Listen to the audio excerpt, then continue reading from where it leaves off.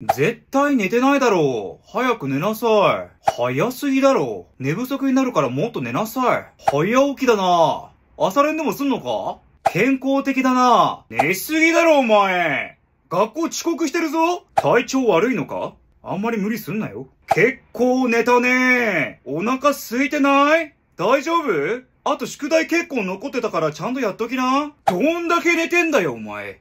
てか寝ながらトイレ行ったり飯食ってたりしてたぞ。どんな才能だよ。